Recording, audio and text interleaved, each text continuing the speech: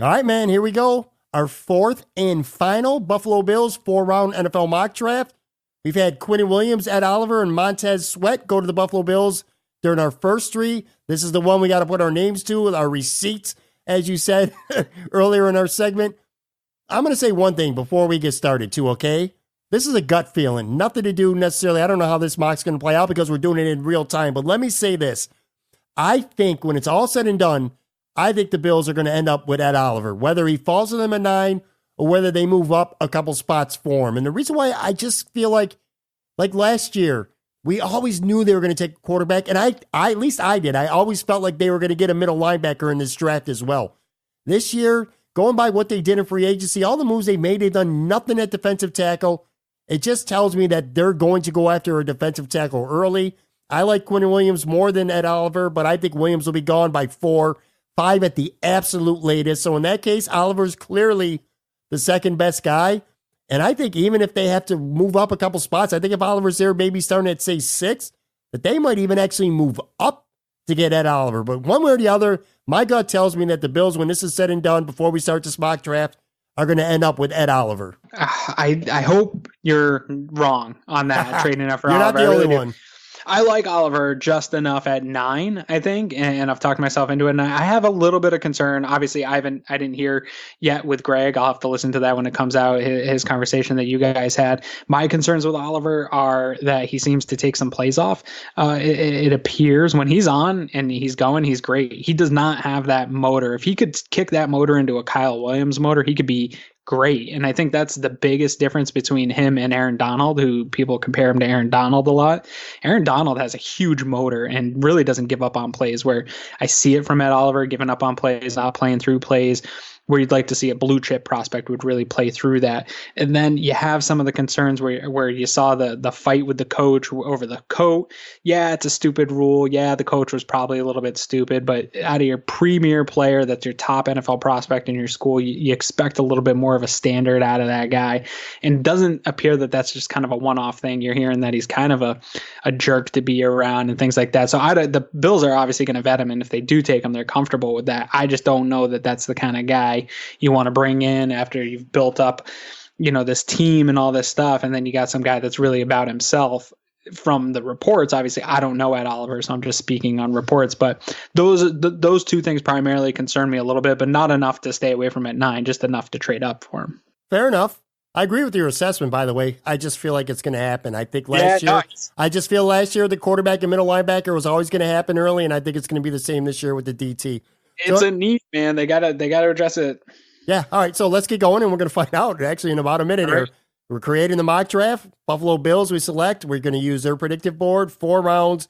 We said 7, but we both decided before taping this, no one's going to care about 7. And we would just be throwing names out there to throw it out there. I think it would lose some of its value at that point. Oh, I agree. All right. So here we go. We're going to start the draft. The first 8 on the clock, and then the Buffalo Bills. Let's see here. Now, see, there's going to be one thing here, because I don't think this mock draft is a culmination of a bunch of mock drafts, and I think they get scores, and that's how they rank the players where they go. So I'll get to this in a second, but they got Nick Bosa going 1. No. All right, whatever. They got that. Josh Allen going 2. Quinn Williams 3. Rashawn Gary 4. Devin White 5. By the way, I should have discussed him. When we talked about the best case scenarios for a Bill, I think Devin White going in the top 8 would be one for sure, because they have no interest in a linebacker. Yep. Number 6, this has got to be a mistake on their end. Forget the teams. Let's just name the players, okay? Kyle Murray, then Montez Sweat, who we already know is not going to, we don't know that. We assume that he's not going to be a top 10 pick. All it takes is one team that feels good about his medical, and they take him. It's all it takes is one team. All right, 8th, TJ Hawkinson, so he's out. So here we go. We're on the clock. We're at 9, and I'm going to let you be GM here, okay? I'm going to let you make the final call. We got Juwan Taylor. We got Ed Oliver, of course. We have Noah Fant, and we have Jonah Williams. What's up? Talk to me. Well, I think it's totally fair. I know that I'm going to trust your gut feeling on this one, and I think it's totally reasonable that if Oliver's there, that he's a guy that they're targeting. I just don't think I don't think he's going to be there at 9. I really, really don't. Yeah. Well, I'm telling you, man, if the reports about the Raiders doing something stupid, or I shouldn't say stupid, doing something different is true, that could be something like DK Metcalf going at 4, which I know is totally crazy, but we don't know what Mike Mayock is going to be like in the draft process. We don't know how much power Very the group true. has. They could do something totally silly.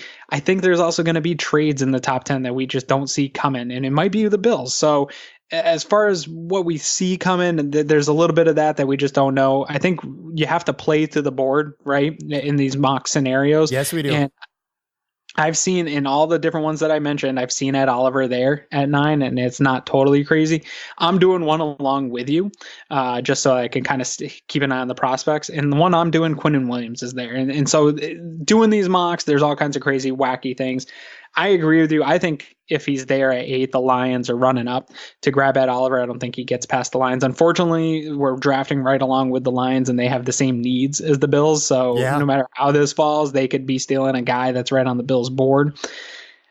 If you want to say, hey, he's not there because of the mock system, I understand that. But no, we're going to play by the rules. He's there. All right. If you're comfortable with it, I think he totally fits what a need. I don't know that he fits their archetype just because of his size, but they might be willing to get over his size because they see the potential and maybe they value him higher.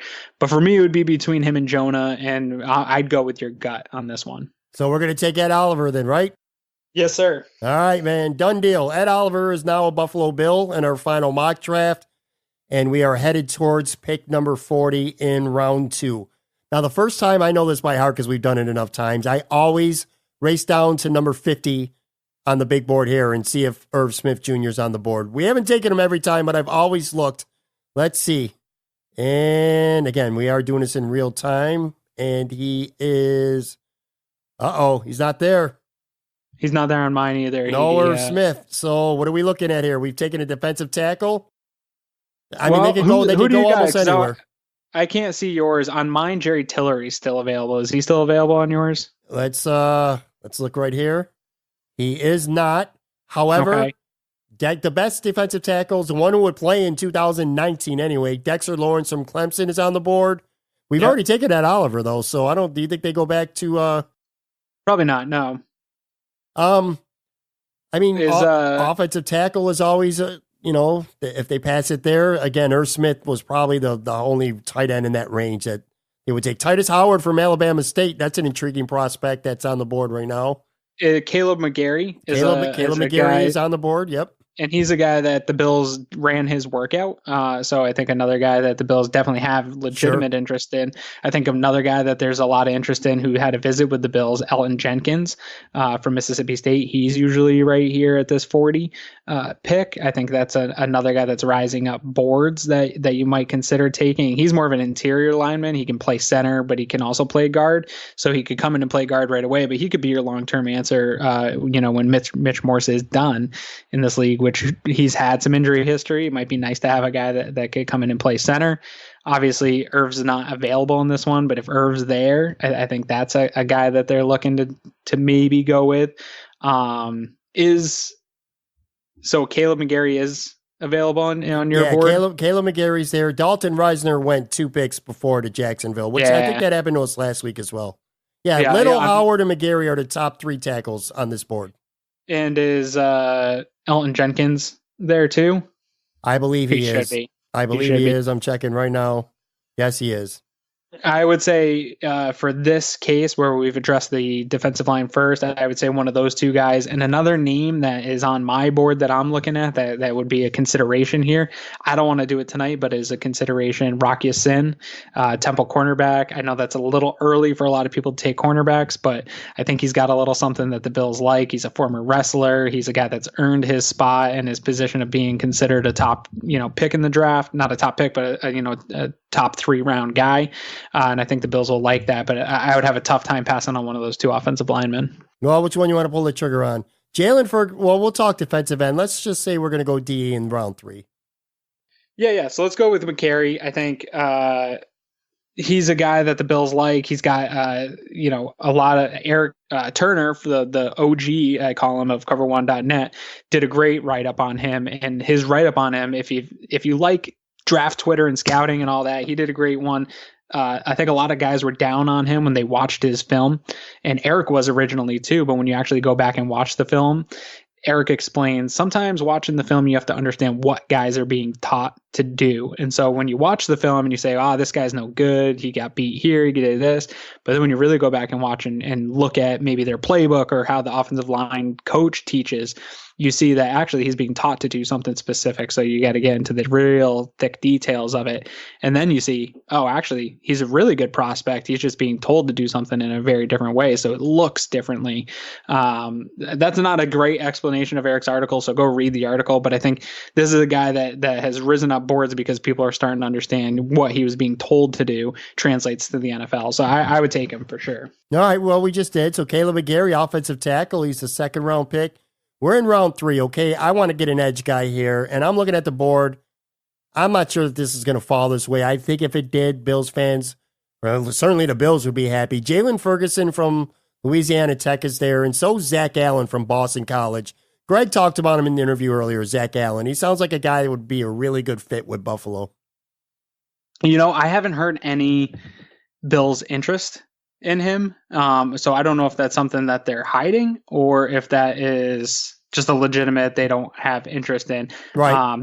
If you missed on defensive tackle so far in a lot of the mocks I've run, this is actually a good one to turn around and pick up defensive tackle. If you went edge earlier, we keep coming to these examples where you take one thing in the first round, but then you get to the third round or fourth round, right, and there's quite a few guys still available, and defensive tackle is really one of them. I know that people like Oliver, but Wren is sitting around here quite a bit. There's a couple. Sanders. Yeah, Sanders is another guy that's sitting around here. There's a few of them, and those are going to be guys that are there. Another guy that I love at this pick that isn't an edge is Terry McLaurin, a wide receiver at Ohio State, and then J.J. Arcega-Whiteside, another wide receiver, which is still a position in need for the Bills. But if Greg likes Allen, I say we go with it. We need to address the edge. Well, I'll tell you what, I'm looking at tight ends, and Jay Sternberger is a guy who's still there too. Do you like him? I do like Sternberger. On mine, Dawson Knox is also there, and he's a guy that gets a lot of love from people on Twitter because of his athleticism, where Sternberger actually got nailed on his athleticism and athletic testing. There. Yeah. So Sternberger is one of those guys where I don't know if you see RAS scores out there. They're like a total of the athletic profile of a player, and it gives them a score based on that. And Sternberger scored very low, almost historically low for tight ends, and that threw a lot of red flags to draft Twitter. I'm not the scout that a lot of my friends are. I went back and watched some of his cut-ups, and it didn't make sense. His athletic profile testing didn't make sense to what I saw, so I don't know how big of a red flag it really is.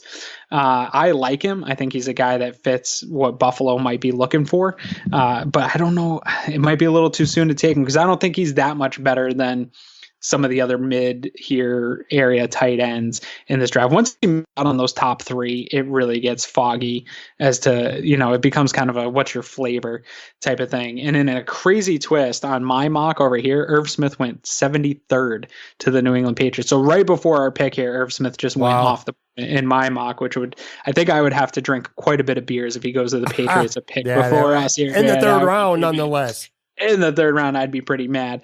But I have no problem here taking Zach Allen the edge out of Boston College. It's definitely a position of need. We don't have anything outside of 2020 right now on the edge, and you need to find it. I think another guy right here that he's not going to be on this board at 3. I think Max Crosby's going right around here, and he's a guy that the Bills love. They've had him in. I don't know if you got to read his profile. He's got a great profile. He fits the process, I think, more than any of these mid-round ends. I think he's a guy Let's take him. Yeah, you think so? Yeah. He's a guy we didn't get Frank Clark. We struck out getting Frank Clark, so. Oh, come on, you're ruining my night. Let's take Max Crosby. I like that guy. I've read about him. He's a good fit for the Bills, and I think he's a guy that a lot of sites have him rated higher in the 100s. I don't think he lasts past round 3. Well, let's take him. Dude, we went beef now. First 3 rounds, we got an offensive tackle, we got a defensive tackle, we got a defensive end. I'll tell you what, we've taken a guy. The game's one up front, man. Let's go.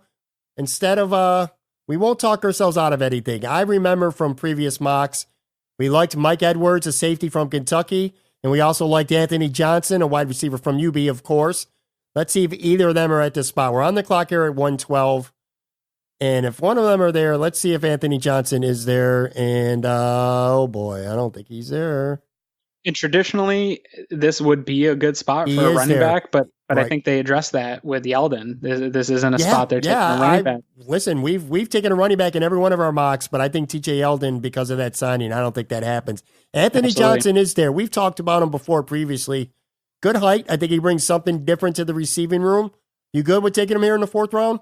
Sure, let's do it. All right, well, let's go. Anthony Johnson. And let's go right to that last pick here, which will be 131.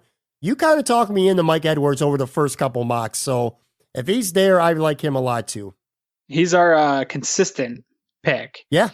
Another guy, back at that other pick, Anthony Johnson's there. Another guy that I like in that pick who had some issues with drops is Terry Godwin out of Georgia. So is similar kind of to Anthony Johnson, big time special teams contributor. So he might be another guy. They're definitely going to, I don't want to say definitely as 100%, but I have a very sneaky suspicion they're going to leave this draft with a bigger guy at wide receiver. Mike Edwards, the safety from Kentucky, he is there, 139 overall on their board. You want to take him? We're calling it a day, taking him? Let's take him, but while we're taking him, I do think there's still some tight ends here available that aren't going to blow you away, but they could be fine tight end threes. You got Isaac Nwada out of Georgia, who's a guy that really just lacked touches because of Georgia's offense, but he also tested poorly athletically. He's another one of those guys. The guy from LSU, Foster Moreau, is a guy that, again, they don't have the best passing offense in LSU. He's a really good blocker. I think that he's a better pass catcher than his tape showed.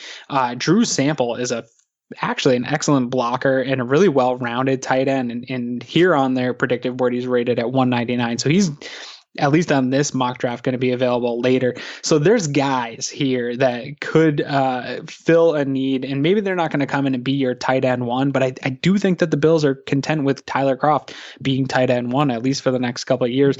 But these guys could come in and be tight end 3 next year and then maybe take that tight end 2 job. And we're still kind of hoping that Jason Kroom takes that next step. So yeah, we might not get one of the premier guys at tight end, but I think that they can fill out that room with enough talent if they strike out on the top 3. All right, well, here is the final Buffalo Bills mock draft. This is the one we're putting our name to, dude. All right. Ed Oliver in the first round from Houston, defensive tackle. We got Caleb McGarry, the offensive tackle from Washington, going in 2. Round 3, we got Max Crosby, edge from Eastern Michigan. Then we got the local kid, Anthony Johnson, UB wide receiver in the 4th round. And then with the second of our 2 4th-round picks, we took Mike Edwards, a safety from Kentucky, which, by the way, is the 3rd time in 4 mocks that we got him. And we got to take him now. I honestly, I look at this and I see a very productive draft, not very flashy.